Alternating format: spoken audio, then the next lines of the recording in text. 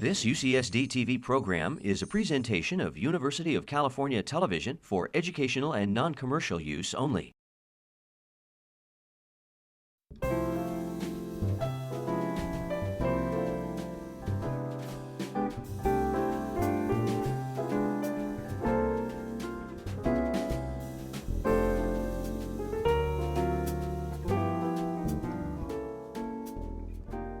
Welcome to our 16th annual Writers Symposium by the Sea at Point Loma Nazarene University. I'm Dean Nelson on the journalism faculty at the university, and with us tonight is Mary Karr, one of the most celebrated poets in America, won pretty much all of the national awards. I can't name them all, but her poetry has appeared in The New Yorker, in The Atlantic, most poetry anthologies, but she's also known for her memoirs, The Liars Club, Cherry, and Lit. Liars Club is credited with sort of kickstarting the whole memoir genre in the mid-90s. She's also a professor of literature at Syracuse University. Mary Karr, welcome to our Writers Symposium. Thank you. Thank you, guys. Thank you, guys.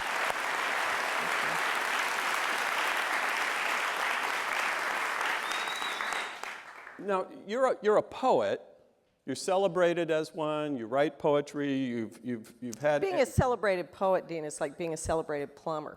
I mean, it doesn't. Could I really finish? I'm sorry. No, go ahead. Go ahead. It's your show. No, you go on. No, you clearly have a thing, a point. The plumber thing. I'm sure you've got a shtick. So go ahead. No, that was it. That was it. Yeah. Seriously? Bring it. Okay, all right. But even though you've been a celebrated poet and you've won all these awards, it seems like you're best known for your memoirs. That's right. And, Liars Club in 95, Cherry in 2000, Lit in 2009. You see yourself as a poet, but it's your prose that gets the attention. Is that a troubling thing to you, or are you just happy? It's heartbreaking. Yeah. It's heartbreaking. It sort of is. I mean, you know, if you have an art you love the way I love poetry, I'm just amazed they paid me to do anything, which is what the memoirs were all about for me. I'm supposed to have these noble reasons for doing them, and I really do them for money. I do. If they didn't pay me, I wouldn't do them. Because the Samuel Johnson line comes to mind. Yeah, no man but a blockhead ever wrote for any cause but money, as Samuel Johnson said, right? I'm just amazed that I'm making a living doing anything. I'm amazed I wasn't knocked up in high school or something. I mean, I'm just amazed that, well, you had dinner tonight with a friend of mine, a former drug dealer. I moved to California with in Emphasis on former. Former. Right. My friend Dooney, my best friend since I was 15, and you heard a little bit about our hometown, and it was a rough little town, we weren't poor, we didn't think of ourselves as poor. It was a very violent place, very high suicide rate. So you had stories to tell, clearly. I think I was bequeathed stories, I think. Yeah. And you talked a lot about that today. I thought the way you talked about it was really smart about how it all comes down to storytelling, and that's sort of at the foundation. Chris was just talking about that in songwriting, that really you've got to tell a story in 3 verses, and as a journalist and a nonfiction writer, you've always managed to use narrative to your advantage.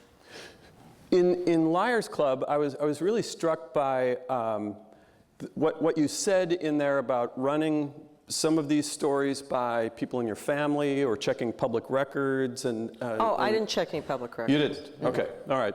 But you ran those stories by them to make sure that they were accurate. I did, but I didn't show anybody anything, and young writers, I tell you this now, don't show anybody anything you're working on. So it was only after the book was written that I would run them by people. So I would warn people in advance. I would say to my mother, remember that little psychotic episode you had in like 1960? when you tried to stab me and my sister with a butcher knife. I kind of want to write about that. So if you're going to have a problem, you should speak up now. What if she would have, though? What if she would have said, oh, please don't? That would ruin everything. Well, you shouldn't have tried to stab me with a butcher knife. Yeah. That's what you get. You don't want me to write about you. You should have lived better. Exactly. Right? That's right. As Toby Wolf's mother was said, if I'd known both my boys were going to write memoirs, I would have lived differently. So. But memory is kind of a tricky thing, though. It is. It's a little slithery eel. It is. How do you know you're writing what really happened? Well, one doesn't. I think I do have a really good memory. I'm told I have a good memory. I have a good memory for language and a good memory for detail.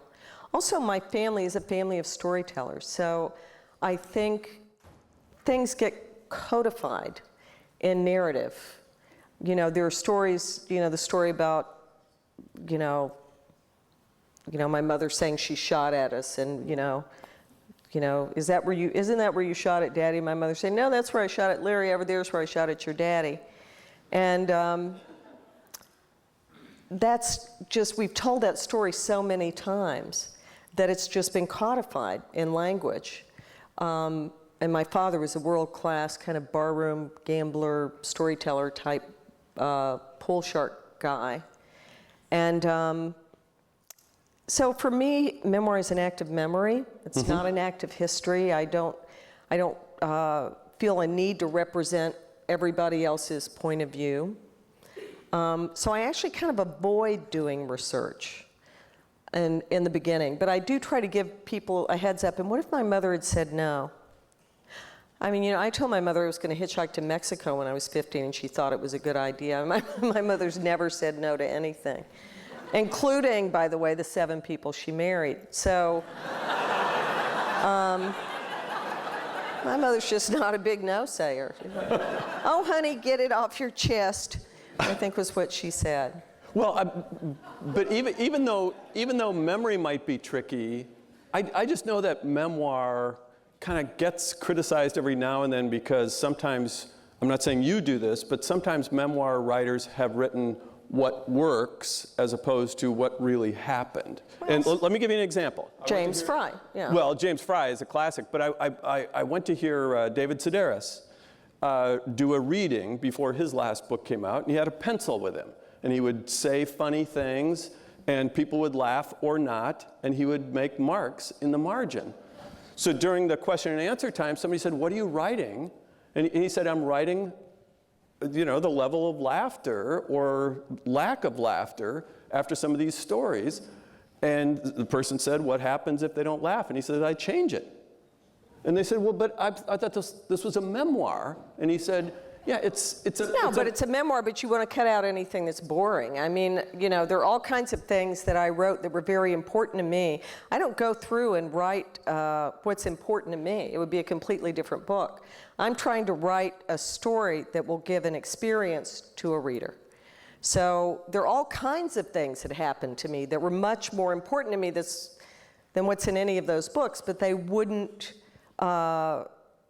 cohere with that particular narrative. So you are making a work of art. It's not just that you vomit back stuff that happened to you onto the page and then, that's your memoir and everybody's, no, you have to go through and where stuff is boring and the reader's going like they're on drugs, you cut those parts out. I'm kind of shocked. I'm disappointed that David wouldn't know what was funny or not. Cutting stuff out is one thing. Changing the story to it make didn't sound funny. like he was changing the story. It sounds like he was cutting out the stuff that No, didn't he was work. changing the story because somebody said, what if Well, then that's what a if lying, it's not then funny? that's a lying bastard. Let's call him up. I bet I could get him on the phone. Because the reason I'm pressing this point is that you have said, I want to be hamstrung by the objective truth. No, I am not hamstrung by the subjective truth. I am hamstrung by event. I said that fiction writers have an idea. I'm working on a TV script right now. You have an idea, and you manufacture the events that demonstrate that idea. For a memoirist, you have events and you don't know what the truth of those events are. So you manufacture meaning from those events. But you don't manufacture the events. No.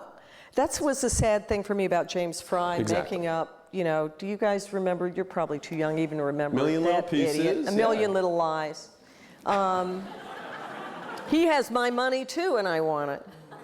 Oprah.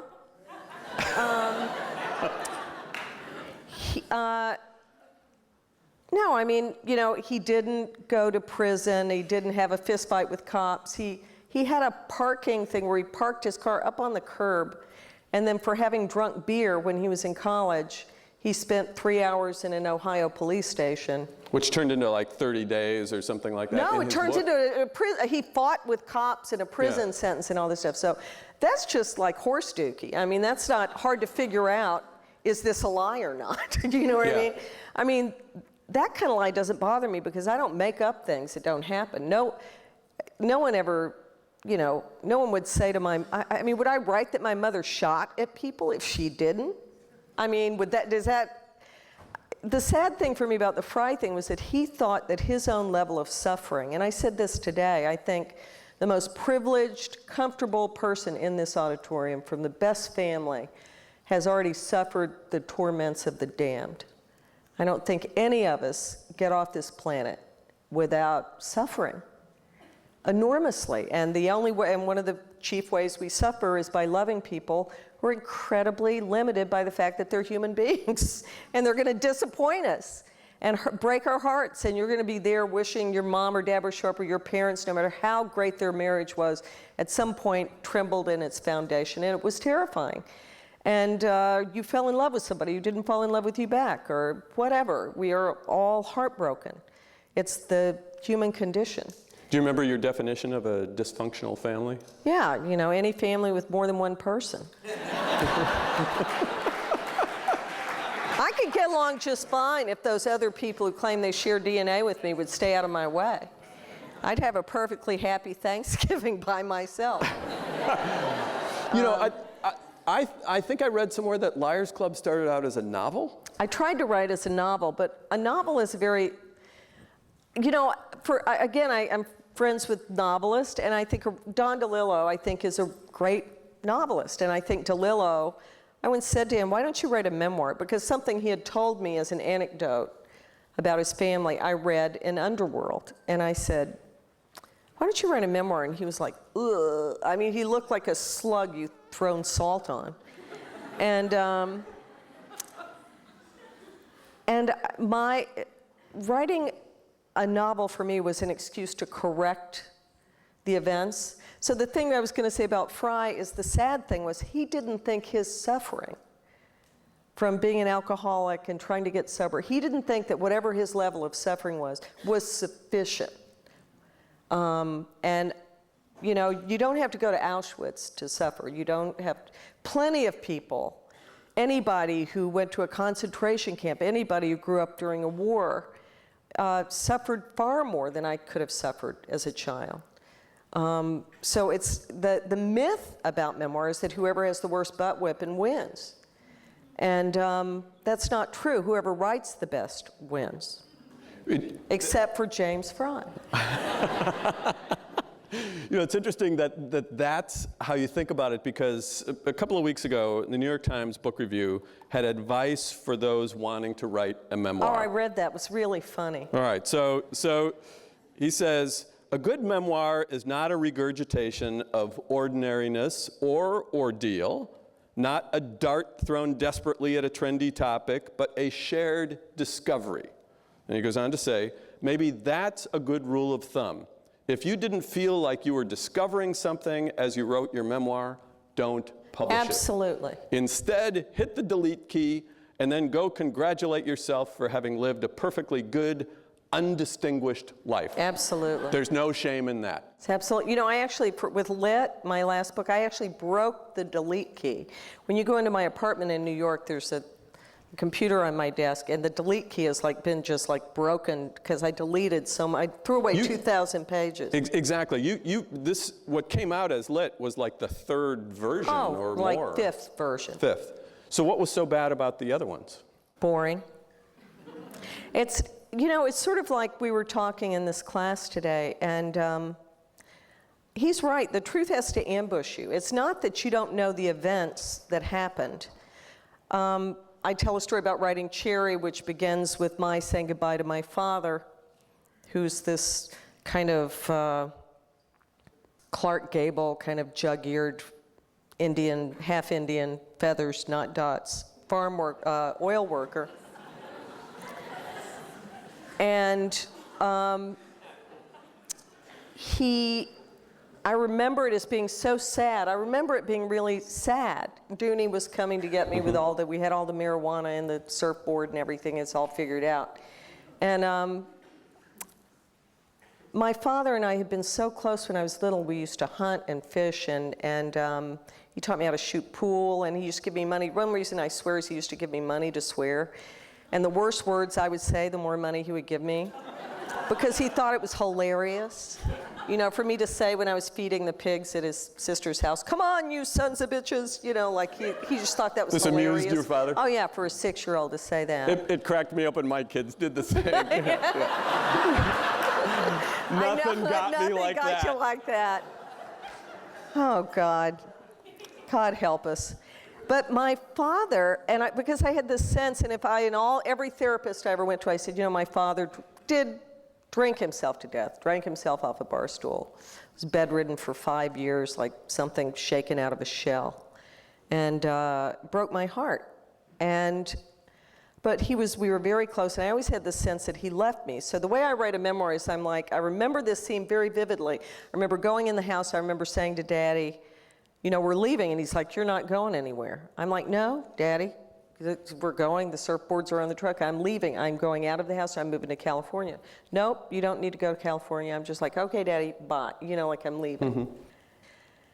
And I remembered crying and crying and crying, thinking about that, because in some ways we never saw each other. And so I said, "Okay, well, you had a sense Daddy left you. When did you first have that sense that Daddy left?" And I tried to come up with times, my mother left. My mother would say, "I'm going to the grocery store," and be gone a week. So that was standard. But Daddy did kind of the same thing every day. He got up, he went to work, he never missed a day of work. He drank like a fish, but he showed up. And I realized I left him. He never left me. I remember having jobs, and he would come bring me little supper plates covered over in foil, and he wanted me to stay there and marry a pipe fitter and, gut coons and skin snakes and fry catfish. And I wanted to live the great bohemian life and go out and have adventures and meet the smart boys who read French or something. And so that's what I mean. I mean, the events of that scene didn't change. But as I tried to pick and scratch at what was true about it, I realized that my whole take on my relationship with him was inaccurate. That it was founded on something I'd had to kind of tell myself to get through the fact that I left and then he drank himself to death. Do you know what I mean? Yeah. Yeah, I'm also thinking about something that you said Tobias Wolff told you when you were writing a memoir. He said, take no care for your dignity. Right. I mean, I have very little dignity going in. So I had an advantage. Yeah, but I mean, you took his advice, right? I did, and when I was writing the novel, like the character who was me was like beautiful and noble and wise and did volunteer work at the nursing home and was like, no, it was just all these things that I was like shooting at people with BB guns, It was like somebody who was just sort of not me. So I'm just wondering, how hard is that to write about your dad, to write about your mom, to write about your own assault? You're being molested, you're being raped. Can I tell you, that's not as bad. You know what's worse than that? Tell me. What's worse is the times you were hopeful. What's hard to write about, was really hard to write about in Lit. It was hard to write about baby Jesus because I knew everybody would think I was nuts for being a Christian. And, I cried all the way to the bank. But That was your cross to bear. It was hard. That was my cross to bear. It was hard for me to write about being in love with my young husband and being, 26, 27, 28 years old and living in Cambridge and lying awake and reading each other Samuel Johnson's biography and reading poetry and how close we were and how much we tried to make a love and a life together. So writing that tender stuff when you really believed, so you would have a really stupid idea that you believed in. That was so much more painful. The things that are hard for me to remember are never the things that were done to me. They're always the things I did. So I don't sit up at night and think I was raped, I was raped, I was raped. I sit up and think, you made out with your boyfriend's best friend in college. Why? Who would do that? That's the kind of thing that I think about, not... Speaking of your now ex-husband, you offered for him to read Lit. I did. And I wrote him in advance and sort of, he had the chance to squawk about it, but I also knew he wouldn't either. I mean, he's a poet and an autobiographical poet, so he, people in glass houses, he's written about me. But you gave him the chance to either read it or you'd change his name, right? I said, would you rather have a pseudonym and have me disguise some aspects of your life?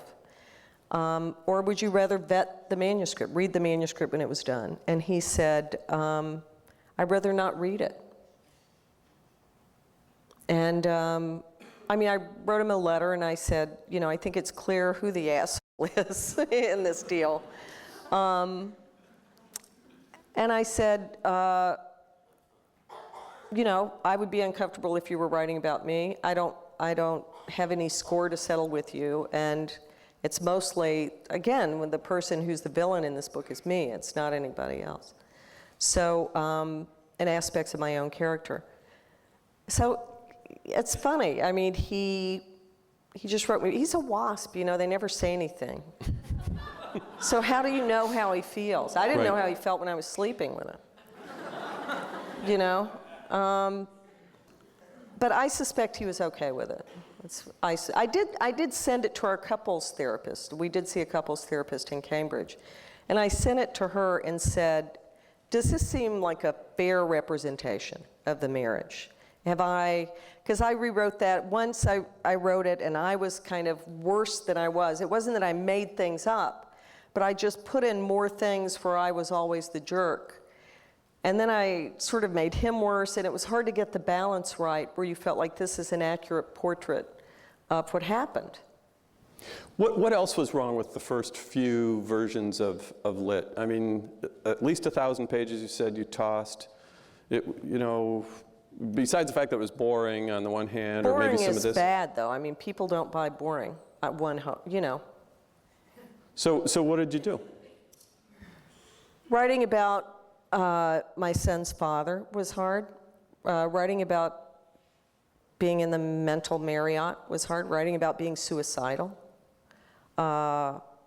Writing about finding God and becoming a Catholic, and about prayer, how big prayer and God and all of that, how much that means to me. That's really, without that stuff, I'm in the inferno. If y'all see me drinking again and not talking about Jesus, just run over me with a car. Okay, good to know. Good to know. The Daily Beast said this about your book, Lit. It said, it could have been named Drink, Study, Marry, Parent, Crack Up, Sober Up, Split Up, Pray. Huh. Do you see Julia Roberts playing you in the... Right. Eat, pray, make money. So funny, I never have any sense about anything I've written after I've written it. People always say, who do you want to play me? I'm like, well, Greta Garbo, of course, my twin. Your twin. I don't. That's funny. I don't think of myself as a character on a movie. Even strange as it seems, even though I've written all these books, I don't think of myself as a character. So, just somebody really, gorgeous. I mean, who knows? Who would play you, Dean? I like to think I could Cary Grant. handle my own character. You Thank you. you would play you. There you go. I'd be the Oliver Stone character. I just keep showing up in my own films. Yeah, let's go back to the New York Times thing about discovering something when you're writing a memoir. What did you discover in any of the three? I mean, was it something that... all three books were the discoveries were so different. Cherry, I think I discovered how innocent I really was, despite the fact I was raped, twice, despite whatever bad things happened to me. My wonderful world of my adventures with pharmaceuticals. Despite everything I did to corrupt myself, really that I was a kind of a sweet little girl in some ways. I was. I reconnected with a kind of innocence that I almost hadn't permitted myself to have. So there was that. With Lit, yeah, I think rediscovering that love for my now ex-husband. I mean, we've been very happily divorced for 20 years. We're great divorced people. I mean, he used to stay, and he lives in New Haven, and I lived then in Syracuse, and he would come stay at our house. Every other weekend he would come stay with our son, and I would leave the house so he could be there alone with him, and eventually I just stayed there with him and his girlfriend, later my wife-in-law. It was really kind of a nightmare for him. He would get up in the morning, we'd be making muffins and talking, and he just hated it. He really did. We liked each other so much. That would be a little awkward, I would think. It was a nightmare for him. Yeah. My son thought it was hilarious, though. He liked it. It was kind of a big love thing, right?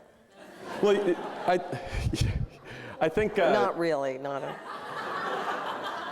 think it was Salon.com that said your book, The Liars Club, was the best book about growing up in America ever written. Good for me. Yeah.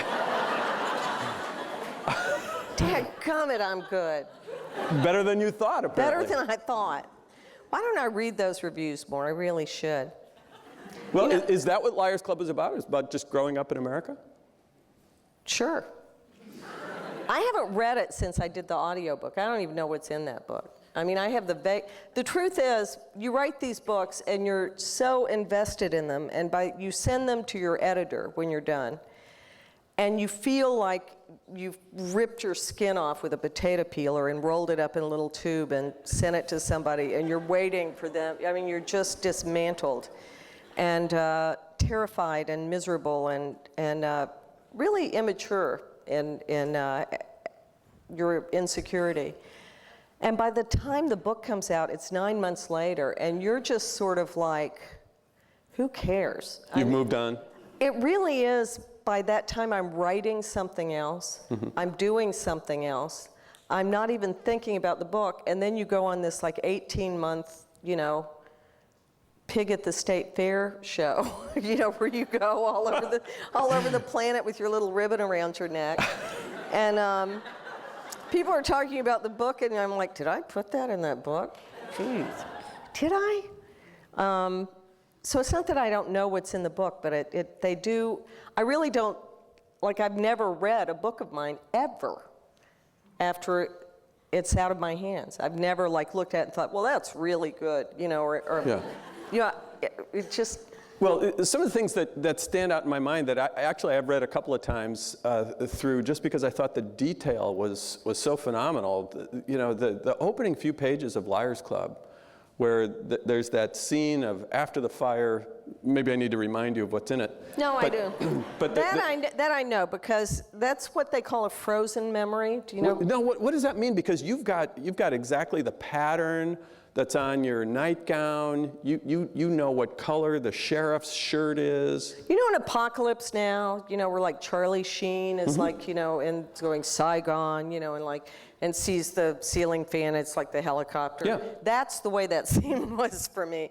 I mean, there are certain kinds of memory, and I've actually read a lot about this. I spoke 2 weeks ago at the School of Psychiatry, Grand Rounds at New York Hospital. I told a friend of mine, I'm gonna go lecture at the School of Psychiatry. He said, bring your toothbrush.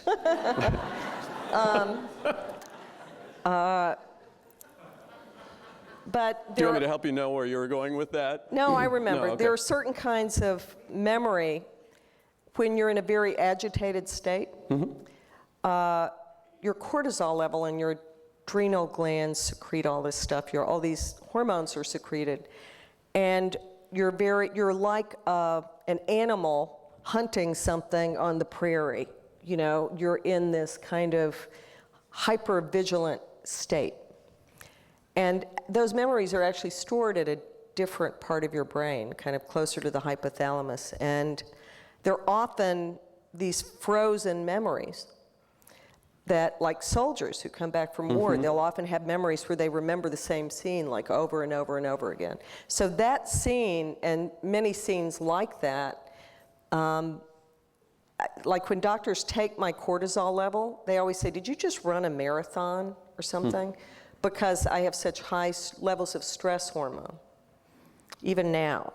So it's... Like right now? Like during this interview right now? Yeah, I mean, I'm not anxious, I don't feel nervous, but I mean, I have to, like, you know, eat vegetables and exercise and meditate for 40 minutes a day. You know, I have to do all this stuff to keep myself from mowing you all down with a submachine gun. Well, it's interesting.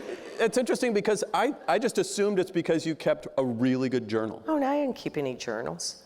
Are you kidding? My mother would say, let's skip Christmas this year because it was too hard. Do you think she kept treasured my little journals when I was living in the 1800 places I lived on my itinerant youth?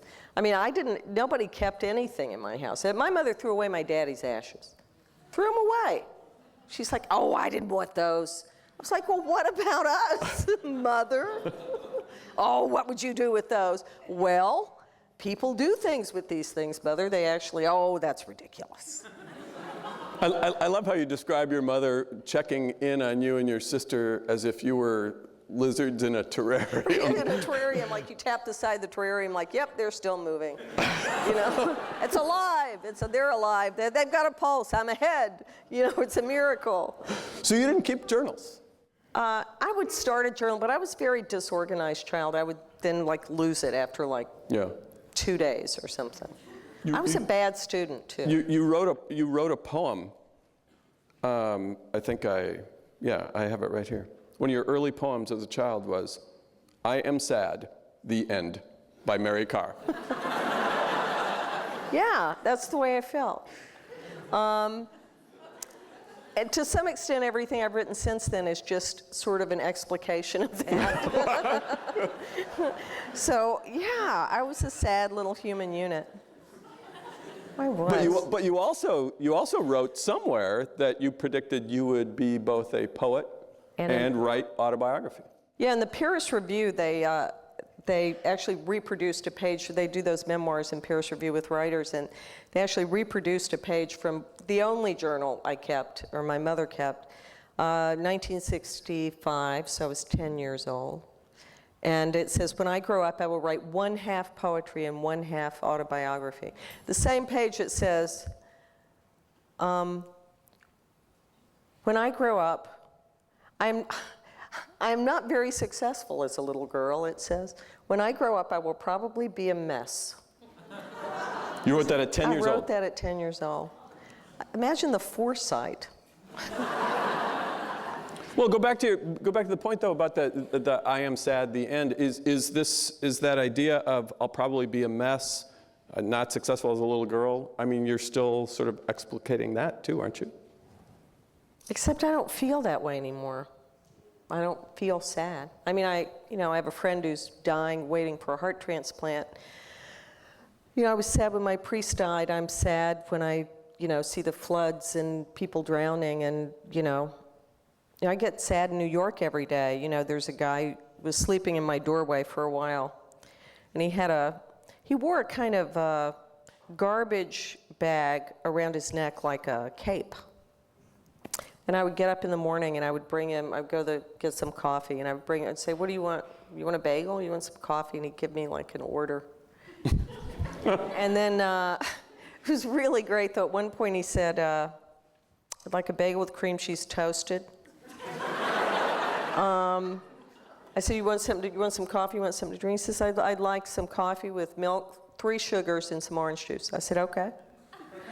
So I go down to the coffee shop, I get all this, and I dutifully come back. But he had a great dignity of arranging this cape. When I would step over him in the morning, I'd say, good morning. You know, he's just kind of looking, just kind of arrange himself this kind of imperious way. And sometimes I would want to cry looking at him when the weather was bad. And so I came back and he's like, I thought it was going to be a large orange juice. I said, you know what they say, beggars can't be choosers. Jesus. But I mean, you know, sometimes I am a tender-hearted person, and I think I do see suffering. I think I am attuned to, you know, my students suffer terribly. You know, terrible things happen to everybody. But I feel personally, I feel very lucky, just very lucky. I mean, you were talking, all of our friends are dead. Everybody in my carpool in high school is dead. You know, 2 suicides. Everybody went to prison. You know, I have this big apartment in New York. I'm engaged to this great kind of mogul business guy, and my son's doing really well and generates income. I mean, who knew? I just wanted to be continent and eat with a fork. You know, that was my hope. He would be HIV negative by the time he got out of high school, and I was ahead.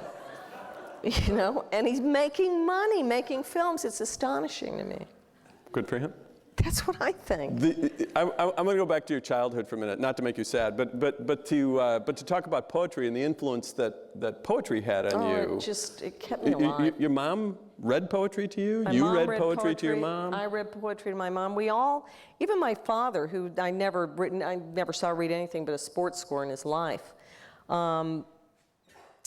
We read poems out loud, we memorized poems, we said poems to each other. Even my sister, who even then was a kind of like, she wanted to be a Republican and join the country club, you know, and marry somebody rich, you know, like she was gonna make a lot of money, which she did.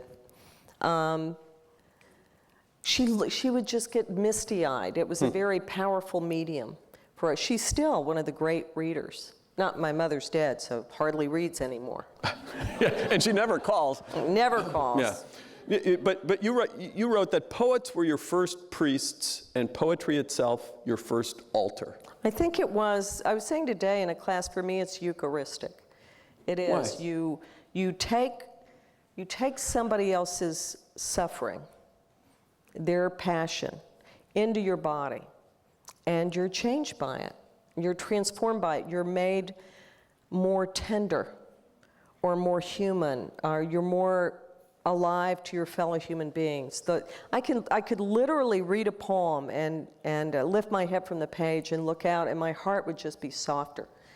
And so I think it kept me alive for a long time.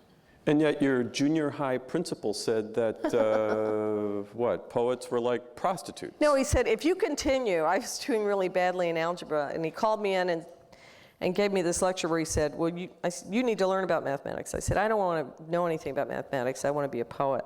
I knew this guy was an idiot when I was 12. And I said, he said, well, but you'll need to be able to multiply fractions to do recipes, you know, when your husband's family comes over, and to... He really knew how to reach you, didn't he? Really, to sew your dresses, and I said, yeah, I'm not worried about that. I said, I think I'm gonna be a poet. And he said, if you continue, this is an actual sentence. I remember the sentence because I said it to my mother. My mother like went nuts and like called the school. If you continue down this path of wanting to be a poet, you will wind up no more than a common prostitute. I was like 12 years old, you know. I weighed like 60 pounds, you know. It's just like, what an astonishing sentence for a grown man to say to a child. I just can't even imagine the mentality of the man. When I look back on that place I grew up, well, you met Dooney tonight. I was not making that stuff up. That's hard to believe. That was a high school principal. Yeah, you would think that... we go a little higher on the... A word of encouragement, perhaps. We go into the chordate phylum to get one of those, right? Get a primate or something. You also said one time that nothing can maim a poet's practice like joy. Like joy. Does that mean that happy people are just screwed if they want to write? I think it's a challenge, especially I think for Christian writers. I talked to some of the students in Carl's class about that today, that I think there's not an idiom for joy. I mean, I'm trying to write about joy now. There's a great poem, Sufi poet, Kabir, translated by Robert Bly, and it's a poem that's both dark, it has some of that whiff of joy in it, but it's ultimately very dark. I'm going to say it's called The Radiance. It's translated by Robert Bly, and it goes, I talk to my inner lover. I love that. I talk to my inner lover and say, why such rush? We sense that there is some spirit that loves birds and animals and the ants. I love that, and the ants. Perhaps it's the same spirit that gave a radiance to you in your mother's womb. Is it logical you'd be walking around entirely orphaned now? The truth is, you turned away yourself and you chose to go into the dark alone.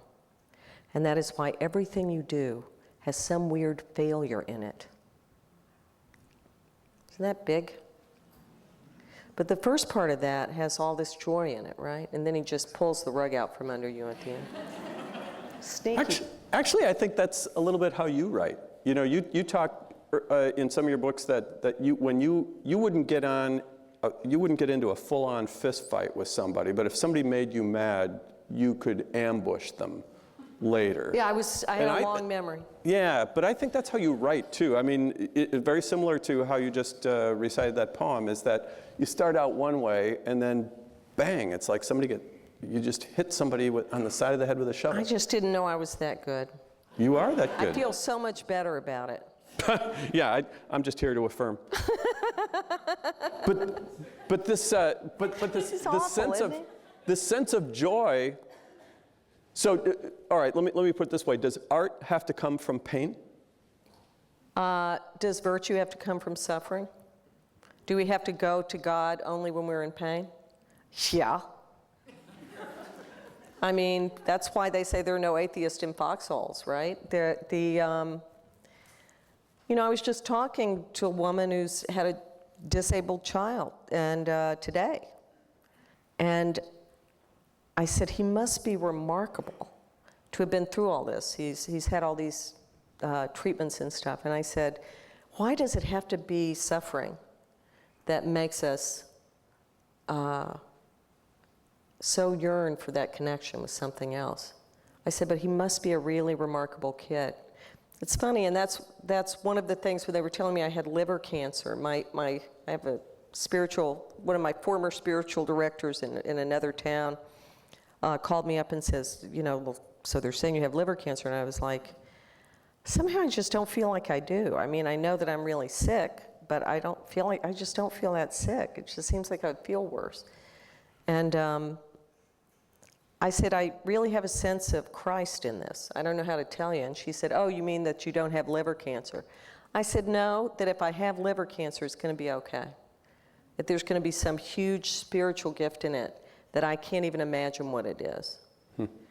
And so it's sort of like, you know, you look at there's this surge of great art coming from Poland, great poetry that comes from Poland after they've been invaded first by the Nazis, you know, and then by the commies, and just squeezed every way they can be squeezed and murdered every way they can be murdered, from the left and the right, you know, I mean, from the right and the left, I mean, would make you insane, right? And there's this great surge after World War II of Polish poetry.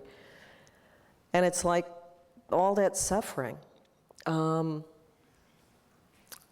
wish it weren't so.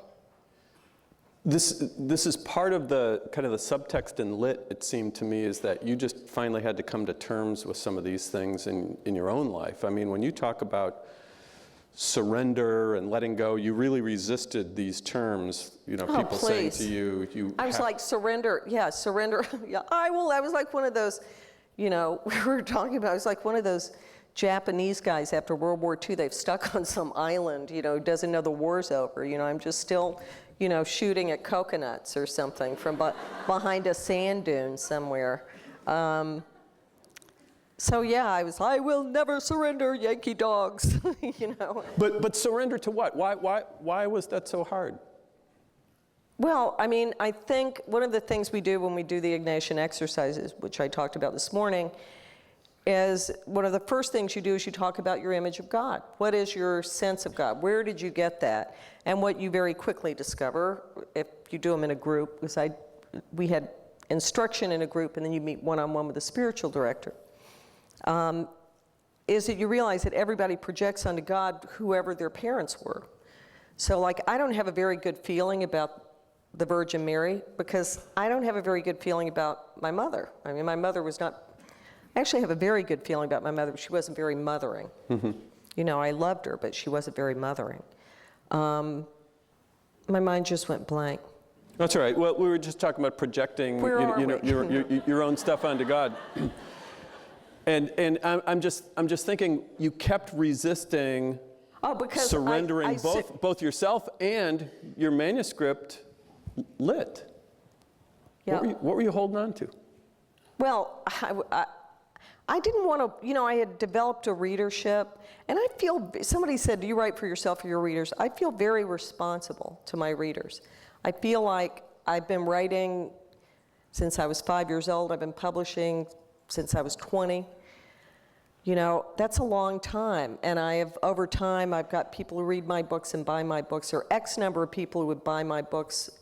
And I don't want to disappoint them.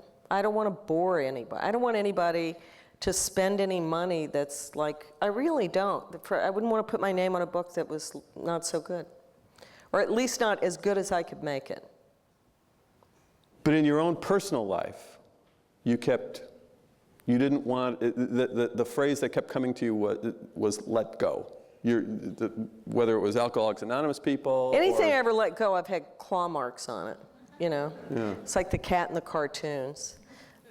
Because I think my image of God was of somebody who, because my parents were neglectful, they weren't, controlling, they weren't, scolding and punitive, they just didn't pay that much attention.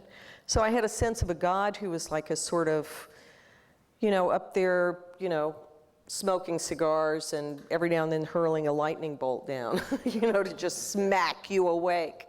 So, you realize that you have these ideas about God, even if I didn't grow up with an idea of God, that I somehow have this innate sense of something based on a way I was. So would you want to surrender to that? Some kind of the mean bully in high school who tripped you when you had your cafeteria tray? Yeah, I remember you wrote that you grew up in sort of a godless household, and yet you still believed God was angry with you. Absolutely, exactly. I knew that I was in trouble. I knew I was in trouble. I'm curious about how you wrote Lit also just physically. You wrote that lying down? I wrote most of the book lying down. How does that work? Well, exactly. It works better than standing up, surprisingly enough. I had with Cherry, I wrote, before then, I wrote everything longhand before 2000. And I developed a repetitive stress injury like jewelers and surgeons get from doing little fine motions with their fingers. You get this thing in your shoulder. And for a while, I couldn't even hold a book up. I had to lie on my back and hold in bed to read and hold books up. It was really painful. Acupuncturist fixed it in 3 weeks. But I had to start writing, and I was writing so many hours a day. And once I kind of knew what I was writing, I really wanted to get it over with because they're standing there going, come on, come on, come on. And basically, I just run up all this debt, and I had to get the money to pay all my bills. And I had to turn in the manuscript to get them to give me the money. It's nasty when they have your money. And Well, they expect you to do something for it. It's ridiculous. But I'm just trying to picture this. So you're I lie in bed, I get up in the morning, I pop open a Diet Coke. Michael would get up, my fiance would get up and go to work. He's like, you know, like with his briefcase and his... Hi-ho, hi-ho. Exactly, Yeah. a happy, good-natured thing. This jacket over his shoulder, and, you know, isn't it a beautiful day? And I'm like, oh, God. And I would lie in bed, I would open my laptop, I would get on my knees and pray. You always pray before you write? Always pray before I write, and usually during several times. I need a lot of help with this stuff.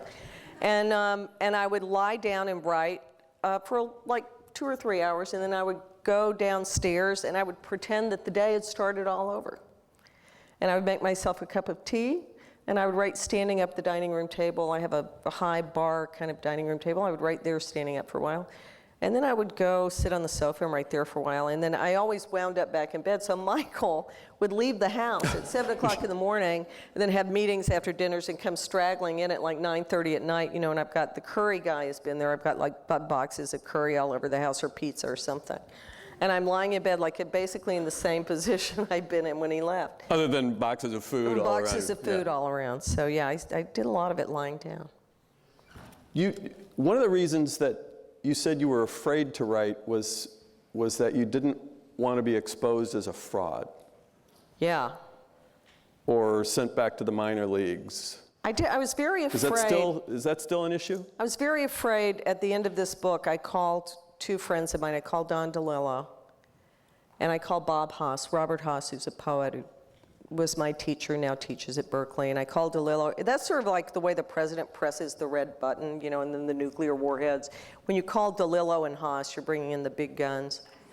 So I called DeLillo and I said, you know, New York and the West Coast. You got East Coast, West Coast. So I called DeLillo and I say, I think I'm writing a bad book. And he said, who doesn't?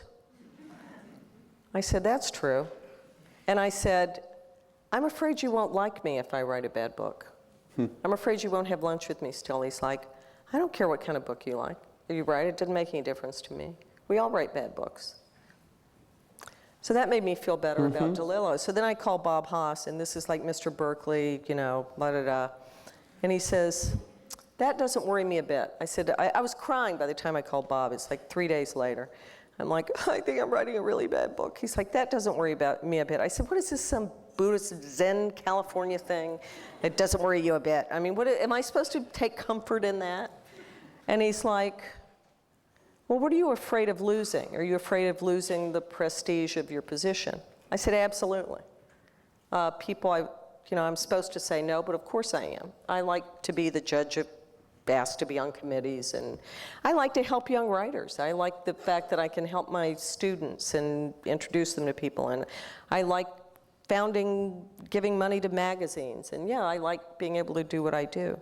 And I said, but that's not what really bothers me. What bothers me is that I won't be part of a conversation with other writers I admire.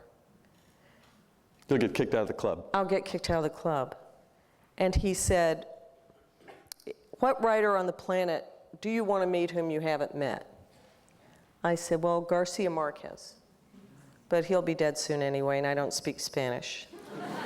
So, and he's not coming to America anytime, and he won't invite me to Mexico City. So, not really anybody alive. A couple of basketball players I'd like to meet. No. That's a joke. I'm friends with Phil Jackson. I met a couple of basketball players I like. And he said, if you write a bad book, it'll be a bad book with some really good sentences in it. I said, you know, that's right. It's just not such a bad thing to write a bad book. It's pretty predictable.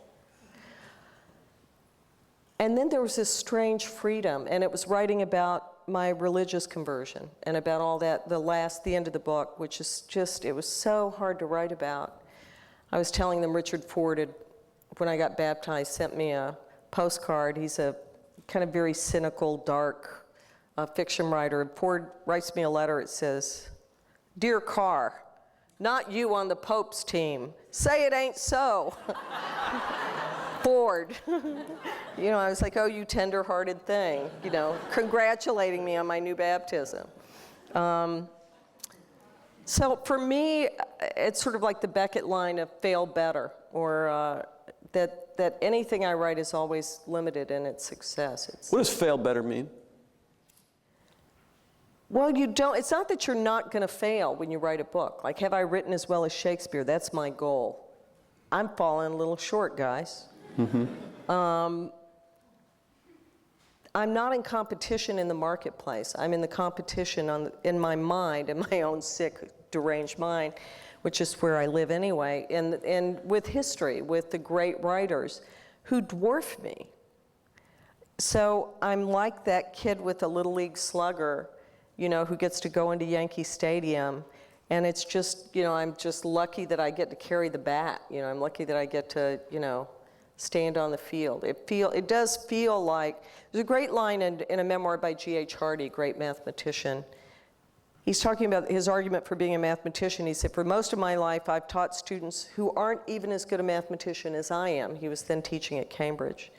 And he said, he's then a famous number theorist, and he said, and I'm a mediocre mathematician at best. So what's the argument for my life? It's because by doing mathematics, I've had an experience that's different in degree only and not in kind from the experience of the great mathematicians and the great artist and anybody who's ever had a large dream. And so that's how I feel about it. I feel humbled. I feel like my enterprise is small and, humble, but it's I'm my own little insect, dealing with my own little anthill here. So. Impressive anthill. In our final moment here, we have some aspiring writers in the audience. A lot of people watching this will be wanting to be better writers. Give us your Mary Karr's advice for young writers. Well, rewrite. If somebody says this doesn't work, believe them. Don't think, oh, but I'm thinking, it's just like when T.S. Eliot or when Joyce did it. No, just shut up. Just rewrite it. And read more. Read above your station. Read people better than you. Don't read me. Don't read Dave Eggers. Don't, shoot higher than the marketplace. Fail better than we have, I think. So. Mary Karr, thank you very much for being with us. Dean Nelson, thank you. Great. Thank you, guys. Thank you.